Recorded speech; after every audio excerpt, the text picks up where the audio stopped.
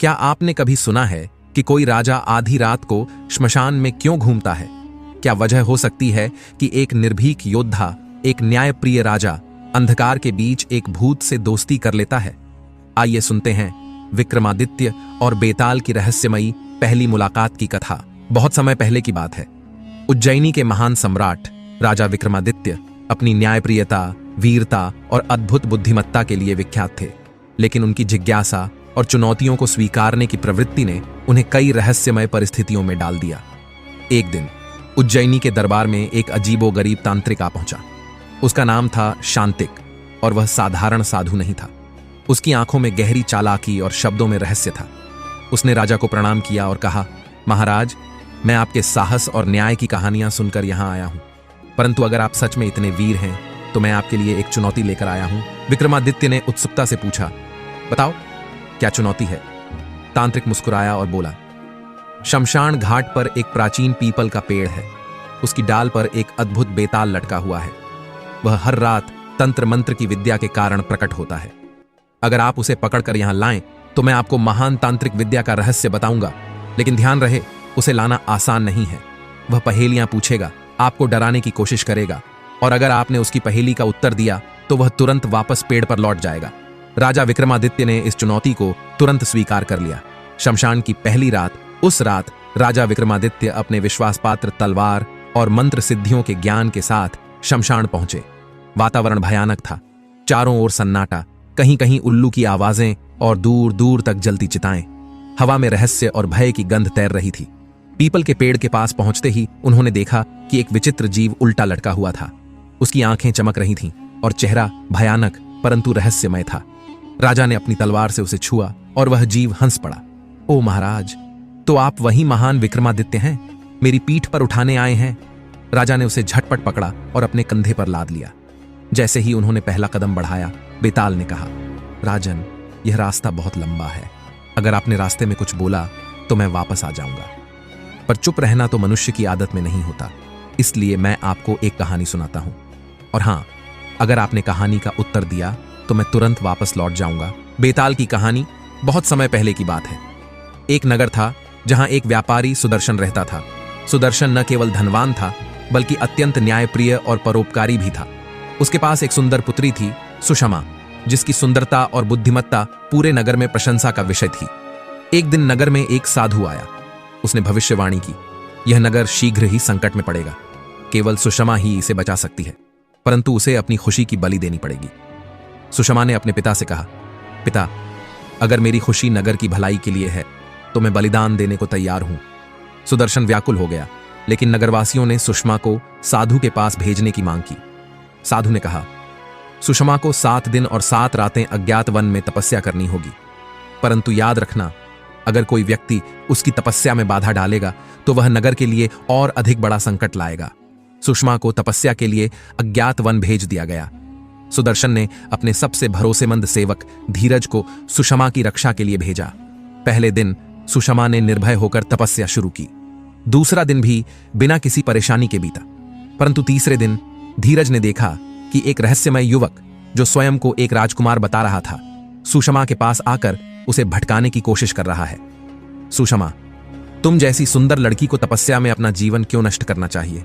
चलो, मैं तुम्हें इस कष्ट से मुक्त कर दूं, उसने कहा।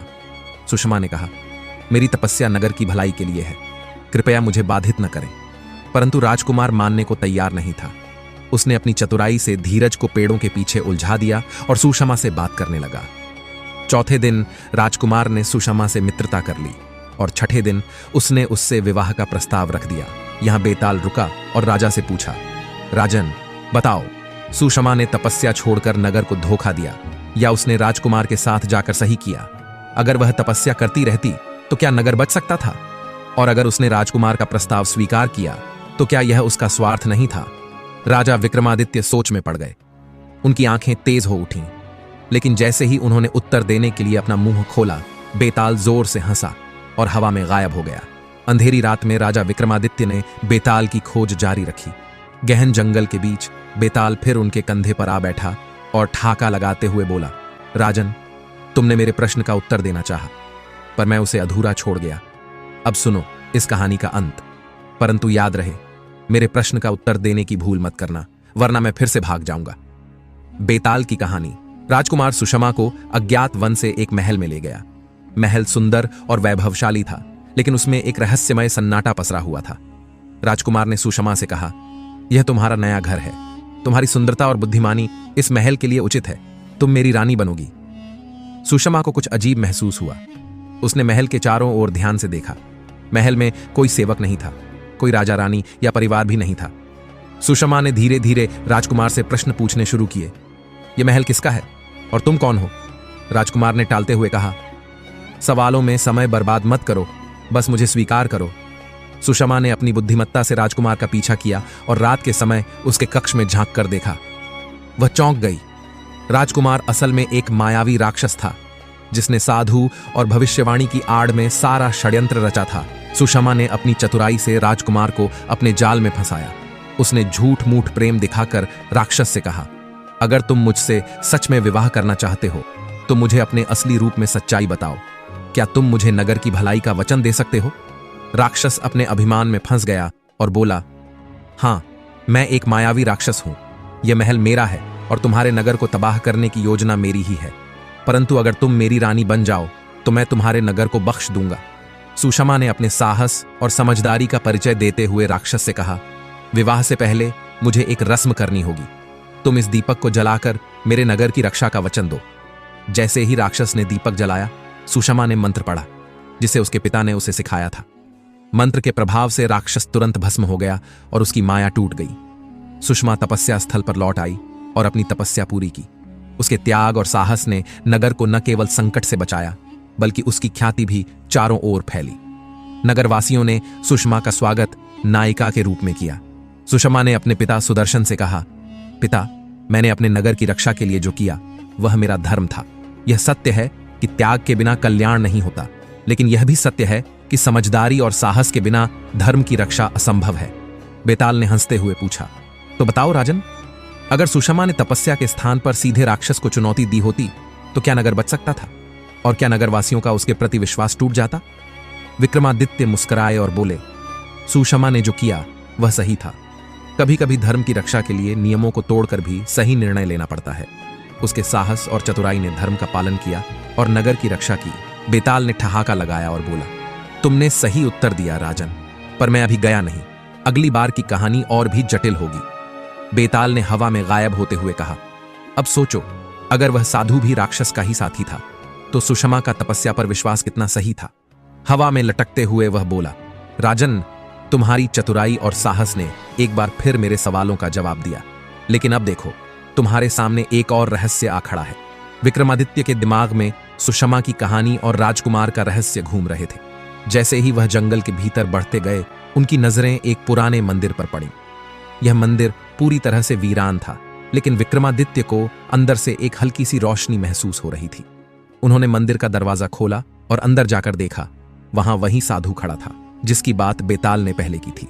साधु ने विक्रमादित्य को देखा और मुस्कुराते हुए कहा, राजन, तुम यहां क्यों आए हो? क्या तुम्हें नहीं लगता कि तुम अब तक एक अज्ञेय मार्ग पर चल रहे हो? विक्रमादित्य ने उसकी आंखों में देखा और धीरे से पूछा, क्या तुम वही साधु हो जो सुषमा को जंगल में भेजने के लिए जिम्मेदार थे?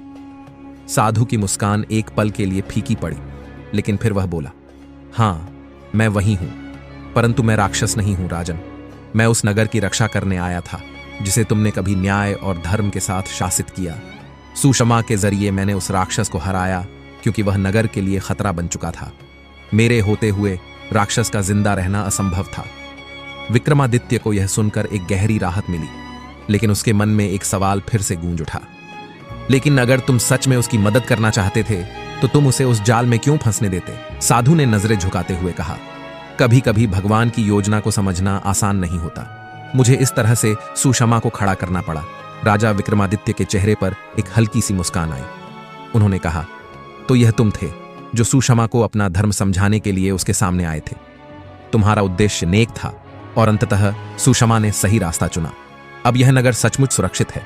साधु ने कहा, हां, और तुम्हारे नेतृत्व के कारण यह नगर हमेशा धर्म के मार्ग पर चलेगा। तुम राजा हो विक्रमादित्य, लेकिन तुम्हारी असली ताकत तुम्हारे न्याय, प्रेम और विश्वास में है। विक्रमादित्य ने हाथ जोड़ते हुए कहा, धन्यवाद साधु। तुमने न केवल मेरी आंखें खोली बल्कि यह समझाया कि असली शक्ति हमारे भीतर होती है और यही शक्ति हमारे राज्य को सुरक्षित रखती है। बेताल अब चुपचाप विक्रमादित्य के कंधे पर आ बैठा और हंसते हुए बोला, राजन, तुम्हारी कहानी ने मेरे सारे सवालों का जवाब दे दिया, लेकिन अब मैं तुम्हें एक और रहस्य बताऊं। असली राक्षस कभी महल में नहीं था, वह तो तुम्हारे भीतर था। तुम्हारे फैसले, तुम्हारा न्याय और तुम्हारी करुणा ही असली हथियार थे। अब मैं तुमसे हर सवाल पूछने के बजाय तुम्हारा अनुयायी बन चुका हूं। विक्रमादित्य ने उसकी बातों को सुना और मुस्कुराए। तुमने सही कहा बेताल, असली युद्ध अपने भीतर ही लड़ा जाता है और हर राजकुमार को इस युद्ध को जीतने का रास्ता दिखाना चाहिए। यही सच्चा शौर्य है। राजा विक्रमादित्य का राज्य फिर से समृद्ध और शांतिपूर्ण हो गया। सुषमा और सुदर्शन ने अपनी तपस्या पूरी की और नगरवासियों ने उनका सम्मान किया। विक्रमादित्य ने सिखाया कि न्याय, साहस और समझदारी से ही किसी भी समस्या का हल निकाला जा सकता है। और बेताल, वह फिर से विक्रमादित्य के कंधे पर आ बैठा, इस बार बिना किसी रहस्य के, केवल एक नए अध्याय की शुरुआत के लिए। क्या विक्रमादित्य अब और भी रहस्यों का सामना करेंगे? क्या बेताल की अगली कहानी भी इतनी ही रोमांचक होगी? अगली कहानी में एक नई चुनौती, एक नया राजकुमार और एक नई परीक्षा विक्रमादित्य का इंतजार करती है।